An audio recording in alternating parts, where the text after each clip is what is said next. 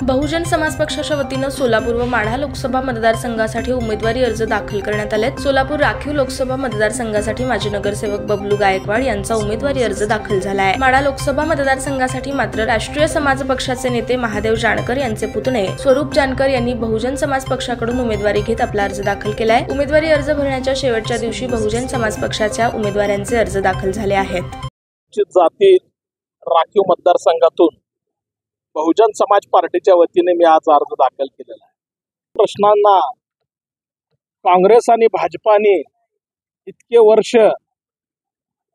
कुठलाही प्रश्न सोडवला नाही, म्हणून मी त्यांच्या विरोधात उभा आहे। गेली 3 टर्म अनुसूचित जातीचा उमेदवार या मतदारसंघातून निवडून जातोय, परंतु एकाही अनुसूचित जातीच्या मतदारसंघातून जाणाऱ्या नकली अनुसूचित जातीच्या खासदारांनी संसदेत एकाही दलितांच्या प्रश्नावरती आवाज उठवला नाही। म्हणून बहुजन समाज पार्टीच्या बहन कुमारी मायावतीजी यांच्या नेतृत्वाखाली पुन्हा एकदा या भारताच्या संसदेमध्ये आंबेडकरवाद्याचा आवाज उचवण्यासाठी आणि अनुसूचित जातीच्या ओबीसींच्या जमातींच्या अशा बहुजन समाजाच्या प्रश्नावरती मी सोलापूर लोकसभा निवडणूक लढवत आहे। पाण्याचा प्रश्न आहे, बेरोजगारीचा प्रश्न आहे, पर्यावरणाचा प्रश्न आहे, इथल्या रस्त्यांचा प्रश्न आहे, अनेक प्रश्न मी आपल्या जनतेसमोर येऊन मांडणार आहे आणि या जनतेचा आवाज बनून मी या मतदारसंघामध्ये फिरणार आहे आणि आवाज उठवणार। सर, तुम्ही फॉर्म भरायला आलेला आहात। आपले काका जे आहेत ते परभणीमधून महायुतीकडनं फॉर्म विरोधाभास पण जाणवतोय। काका अगोदर तुमची माढ्यामधनं निवडणूक लढण्यासाठी उत्सुक होते, मात्र आता तुम्ही लढत आहात, काय नक्की भूमिका आहे? एक तर आज जानकर साहेबांचा वाढदिवस आहे। या वाढदिवसाच्या निमित्तानं मी त्यांना खूप खूप शुभेच्छा देतो।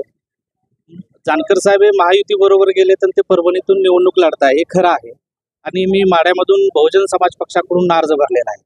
मुळात जानकर साहेबांची सुरुवात ही बहुजन समाज पक्षातून झाली। मान्यवर कांशीराम यांच्या प्रेरणेनेच त्यांची सगळी वाटचाल झालेली आहे। राज्यातील वेगवेगळ्या बदलत्या परिस्थितीच्या पार्श्वभूमीवर ते तिकडे घेतलेले आहे, परंतु ते विचारानं फुले शाहू आंबेडकर वादीच आहेत। त्यामुळं आमचा वैचारिक वारसा एकच आहे। फक्त आता त्यांची जी कौटुंबिक जी भूमिका आहे आणि राजकीय भूमिका आहे त्या संदर्भानं मला हा निर्णय घ्यावा लागलाय। एकाच वैचारिक मुशीमध्ये आम्ही काम करतोय असं मला वाटतं। आपले काका जे आहेत ते आता महायुतीच्या बाजूनं कदाचित माढ्यामध्ये पण सभा घेऊ शकतात। आपण बहुजन समाजवादी पक्षाकडनं लढत आहात। आपण जरी म्हणत असलात की एकाच विचाराचे आहेत, तरी सुद्धा आता ते RSSच्या विचाराच्या पक्षांचं ते त्या ठिकाणी समर्थन करतात। आता त्या भाजपचं RSSशी संबंध आहे, वस्तुस्थिती खरं आहे। जानकर साहेबांची गेल्या 1.5-2 वर्षातली जी सगळी भूमिका होती किंवा जी टीका होती सगळी भाजपवरचीच टीका होती। त्यामुळे ते काय RSS दार्जिने भूमिका घेतील असं मला वाटत नाही। ती त्यांची तडजोड आहे आणि त्या संदर्भानं ते वागत आहेत।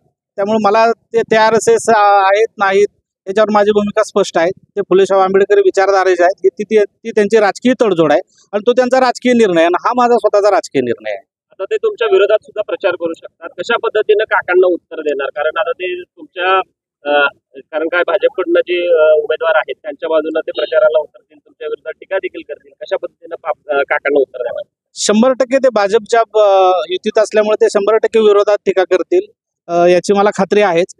जानकर साहेबांची गेल्या 1.5-2 वर्षातली भाजप विरोधातली स्टेटमेंट जरी काढून लोकांनी ऐकली तरी लोकांना कळेल की कुणाला मतदान करायचंय। त्यासाठी तुम्ही काय त्यांच्याशी काय बोलणं झालं होतं काय या उमेदवारी संदर्भात? नाही, त्यांच्याशी कुठल्याही प्रकारचं बोलणं झालेलं नाही। मुळात त्यांचा घराणेशाही करायला नाही पाहिजे असा त्यांचा चांगला राजकीय विचार आहे। जो बसपाचे संस्थापक कांशीराम साहेबांनी जो जपलेला आहे तो त्यांचा विचार आहे। त्या विचाराचा मी रिस्पेक्ट करतो। मला राजकीय भूमिका घ्यायची होती, काहीतरी मला रोल प्ले करायचा होता। मी 20 वर्ष पत्रकारितेत काढून हा निर्णय घेतलेला आहे। त्यामुळे नाही, मी फेसबुक पोस्ट लिहिलेली आहे आणि माझा वारसा हा संघर्षाचा आहे जानकर साहेबाचा। कांशीराम साहेब आणि जानकर साहेबांनी एक दिल्लीत मोर्चा काढला होता, त्याचा फोटो ट्विट करून मी सांगितलेला आहे की मला चुलत्यांच्या पक्षात संधी मिळालेली नाही, त्यामुळे मी आता आजोबांच्या पक्षात आलोय असं मी स्पष्ट केलंय। ताज्या बातम्या पाहण्यासाठी प्राईम महाराष्ट्र न्यूज चॅनलला सबस्क्राईब करा।